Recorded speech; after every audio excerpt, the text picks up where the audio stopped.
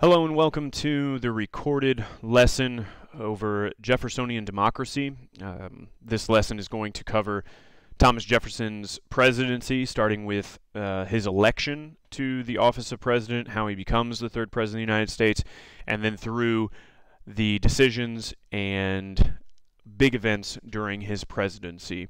So starting with the fact that he is elected in the election of 1800. The Federalists, led by John Adams, who's the guy with the, I guess, weirder hair on the left. They both kind of have weird hair, but it doesn't really matter. The Federalists, led by John Adams on the left, and Democratic Republicans, led by Thomas Jefferson on the right, competed against each other in the election of 1800. Each party, much like every other presidential election, each party believed that the other party was a threat to the Constitution and was going to ruin the country forever. So people believed that if Thomas Jefferson was elected president, the United States would cease to exist as they know it, and if John Adams was elected president, the United States would cease to exist as they know it. Turns out neither of them were right, because the United States existed well after Thomas Jefferson was elected president. Many Federalists believed that Thomas Jefferson was a radical, and what that means is not like in the sense of like a California surfer person saying, "Oh, that's really radical," like cool or awesome. In this sense, radical means like extreme. They have a belief system that is so far away from what other people believe. If you had let's say you had in a shower, you had hot water, cold water. You obviously don't want water that is way too cold or way too hot. You want somewhere in the middle of those two, or something a little warmer than middle.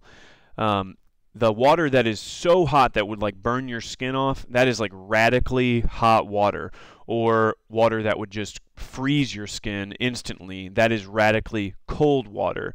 Somewhere in the middle is water that is either okay to drink or okay to shower in or whatever. Only a small percentage of things in that whole spectrum of hot and cold are actually radically cold or radically hot. So to say somebody is a radical means that they are so far away from what is actually normal or useful that they are radical to the extreme of something else. That is what people are saying about Thomas Jefferson. You know, those are just things that people say about all kinds of political opponents, and it was no different in 1800. When the election day finally does roll around, the Democratic Republicans are successful. They beat John Adams. Jefferson gets 73 votes. John Adams gets 65 votes. But there was one small issue. The way that presidential elections were decided then is that the person with the most votes became president. The person with the second most votes became vice president. That's how Thomas Jefferson became vice president in the previous election of 1796. The Democratic Republicans want to have the president and the vice president. So they are trying to get a lot of votes thrown to this guy named Aaron Burr to try to get him to be vice president. They were trying to get Jefferson to have like 73 votes and then Aaron Burr to have 72, and then you'd have it cancel each other out. So you'd have 73 for Jefferson, first place, president. Aaron Burr, second place, vice president. Unfortunately for them, both of them get 73 votes. So it's a tie. Now, once it becomes a tie, Aaron Burr is like, well, hey, I'll be president, and Thomas Jefferson can be vice president. And Thomas Jefferson's like, no, I want to be president, so we're not just going to, let you be president. When this happens, and there's a tie like this, even to this day, if there was a tie for president in the Electoral College, so, it's whatever to whatever, and it ties, we would do the same thing that they did in 1800. The vote goes to the House of Representatives. The House of Representatives all take a vote, and they had to pick either between Jefferson or Burr. Now, most of these people in the House of Representatives at this time are still Federalists, so they don't like either of these guys. So it's not a clear victory for either one of them. And in fact, you had people that didn't like either of them, so it's always going to be very close. Some feared that Jefferson, like I said, was a radical and thought that he would bring the whole country down, but other people, like Alexander Hamilton, who's the guy in the colored picture at the bottom of the screen, thought and knew Burr was a pretty unreliable man, and Alexander Hamilton really didn't like Aaron Burr. Alexander Hamilton also was not a very big fan of Jefferson. They went back and forth during Washington's presidency. They don't really see eye to eye on things. Hamilton has a loose interpretation of the Constitution, kind of read between the lines a little bit. Jefferson has a strict interpretation of the Constitution.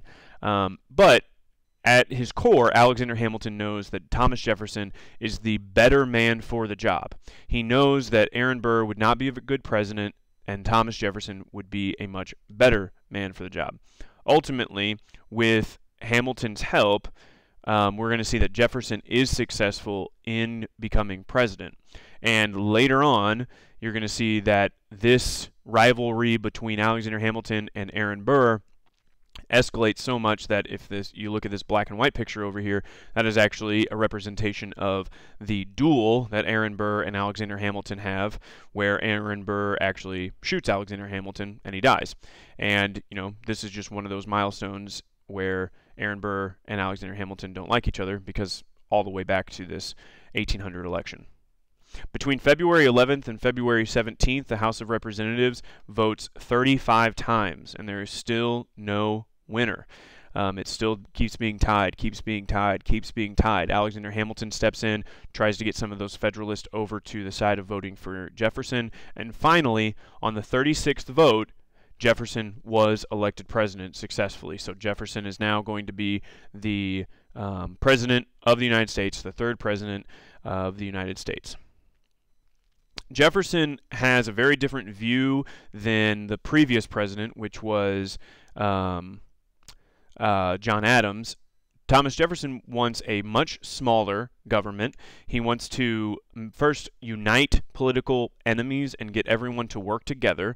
He wants to promote a more simple way of life. He doesn't want to promote trading, manufacturing. He wants to promote a smaller government with a country of farmers and countryside, and not big cities with manufacturing and trading. In fact, he believes that the president is not somebody that should be celebrated or such a big deal. On his inauguration, he actually just wakes up, gets dressed in normal clothes, walks to the Senate chambers to give his inaugural address. He doesn't have a big parade or big carriage ride or anything. He just walks there, gives his speech, is sworn in, becomes president. He very much wants the people to be at the forefront and not the government, not the president, not the Congress. He believes that the people should be the ones that are important, not the government growing and growing and growing. To avoid having too much government, Jefferson reduces the number of federal employees and reduces the size of the military as well. He ends some things that John Adams had done with the Alien and Sedition Acts to give people more free speech and more freedoms. The problem he runs into is that he can only do so much because Jefferson cannot control the power of the court system, because John Adams, on his way out of being president, he's basically like, hey, I'm on my way out, but I can still do a whole bunch of damage to Jefferson, because Adams and Jefferson at this time really don't like each other. During the election of 1800, Jefferson says a whole bunch of terrible things about Adams. Adams says a whole bunch of different things, terrible things about Jefferson. And it just goes back and forth, and now Adams knows that he has lost, and he's basically going to try to stick it to Jefferson, and he's going to appoint as many judges as he can that are going to disagree with Thomas Jefferson and not let Jefferson do any of the things that he wants to do. Adams does this under the Judiciary Act of 1801. So basically, on his way out, John Adams is basically like just pointing at people that he knows and saying, you're going to be a judge, you're going to be a judge, you're going to be a judge, and that is going to be a very big problem for Thomas Jefferson. So much of a problem that there's actually going to be a Supreme Court case about it, and it is most likely the most important Supreme Court case in the history of Supreme Court cases. Like I said in the previous one, that picture right there where it's like, you're a judge, you're a judge, you're a judge, that's basically what John Adams was doing. The Supreme Court case of Marbury versus Madison sets up the Supreme Court to have a lot of power in the future. It actually is going to equal the power between the three branches. It's going to give kind of lasting balance to the legislative, the judicial, and the executive branch. Before this, the Supreme Court was pretty weak. They couldn't really do much, and they didn't really have a lot of say. John Adams appoints a lot of people, but he also appoints William Marbury specifically to be a justice of peace, which is like a judge. However, in order to be officially appointed a justice of peace, you must receive a set of documents and a set of papers. And these papers that are supposed to go to William Marbury to say that he has appointed a judge never get to him. And that is because one of Thomas Jefferson's people in his administration, James Madison's the Secretary of State at the time, it's his responsibility to give those papers and deliver them. And Thomas Jefferson's like, hey, if we never deliver those papers, this guy's never going to be a judge. So easy solution, we just won't deliver the papers. So if you look at the picture on the right-hand side of the screen, on the very far right, you have James Madison. On the left of that picture, you have William Marbury. These are the guys that are going to get into the Supreme Court case. The papers don't reach William Marbury because when Adams' term as president ends and Jefferson becomes president, he basically tells James Madison, hey dude, don't deliver those papers, because if he doesn't deliver them, William Marbury doesn't get to be a judge. So William Marbury obviously is not very happy about this, and he turns to the Supreme Court to order James Madison to deliver these papers. William Marbury is basically arguing that under the Judiciary Act of 1789, Congress had decided way back in 1789 that if this thing ever comes up, like people are fighting about who should be a judge and who shouldn't be, then it's up to the Supreme Court to decide this, okay? It's basically, they're saying, hey, now it's the Supreme Court's job to say, okay, let's look at all the facts. James Madison, should you have delivered those? Should he be a judge? And then the Supreme Court should decide that. That's what William Marbury is saying. So this court case goes all the way to the Supreme Court. The Supreme Court looks at this, and they decide that the Judiciary Act of 1789 that Congress put into place is actually invalid and unconstitutional. The Supreme Court says that because Congress passed this law actually gives the Supreme Court a new power, and the Congress actually can't do that under the Constitution. So what that means is that William Marbury is saying, hey, the rules say you should decide this. The Supreme Court says, actually, those rules shouldn't apply. They shouldn't even be rules because it goes against the Constitution. The way that you can think about this is kind of like, let's say that I know that this doesn't actually really happen much, but like let's say that you got an actual invitation to a party, like a paper invitation that came in the mail. All right, it gets to your mailbox. You cannot get into this party without this invitation. It has to be presented. If let's say your parents go to the mailbox first and they get this piece of paper, they get this invitation, they read it, they're like, no, you're not going to this party. We don't want you to go. So they never give you the actual invitation. So you're like, hey, that's my invitation. I should be able to take that to the party and go to it because I was invited. It's my piece of paper. It's my invitation. I should be able to go to this party. So you've got this argument between your parents and you, and there's an invitation involved. You decide, I've got a bright idea. The person that needs to decide this is Mr. Kosark. I should tell my parents that Mr. Kosark is going to decide if you should get that invitation or not. So you come to me, you give me all the facts. You say, my parents took this invitation from me. They won't let me go to this party. And I look at you and go, are you crazy? Why would I decide this at all? This is not my position. This is not should not be my responsibility. I do not have the power to tell your parents that you should be able to go to this party or not. That is the exact same situation that takes place in Marbury versus Madison. In that situation, your parents are like James Madison. They've got the piece of paper. James Madison had the piece of paper. You are like William Marbury. You want the piece of paper. You want to become a judge. You want to go to that party. I would be like the Supreme Court. You, William Marbury, go to the Supreme Court and say, hey, make my parents, make James Madison, give me that piece of paper. I want to go to that party. I say, actually, I don't have the power to do that. And just because you said I did, that doesn't make sense. I do not have the power to make your parents do anything. So, at the end of the day, what happens is the Supreme Court looks at this and goes, that law is actually unconstitutional. We don't have the power to make anybody do anything with that Judiciary Act. And unfortunately for you, Mr. Marbury, you're not going to become a judge because James Madison doesn't have to deliver that piece of paper.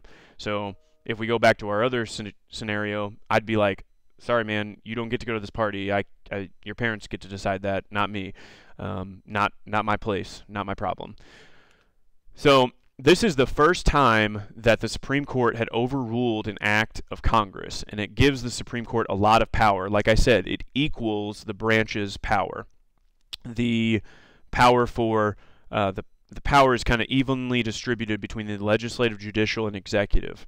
This makes Jefferson and Madison, even though they win, it makes them unhappy because they didn't want to give the courts more power. And what they ended up doing with Marbury versus Madison is actually giving the Supreme Court their most powerful tool that they have, and that is this thing called judicial review. Judicial review means that the Supreme Court now has the final say on the meaning of the Constitution and on the meaning of if laws are constitutional. So you might hear a lot in today's world about the Supreme Court decided that that was unconstitutional, or that is unconstitutional that the president is doing this, or that the governor is doing this, or that blah, blah, blah. Who ultimately decides if something is constitutional or not is the Supreme Court. Before this, the Supreme Court did not look at laws that Congress had passed and decided, hey, that's constitutional, that's not, that's okay, that's not. Well, now they do. Now they can look at everything that the executive branch does, the president does, and everything that the Congress and legislative branch does, and decide, is that law constitutional or not? And that is a success for Thomas Jefferson and James Madison because they get William Marbury not to be a judge, but it's also a huge loss because the Supreme Court now has that final say over the meaning of the Constitution. And that is a lasting impact of Marbury versus Madison all the way through until today. There's Supreme Court cases decided all the time. So that's it for Jeffersonian democracy in this lesson. And moving on, we'll be looking at further into Jefferson's first term as president and second term as president, and looking at the Louisiana Purchase and expanding into the West.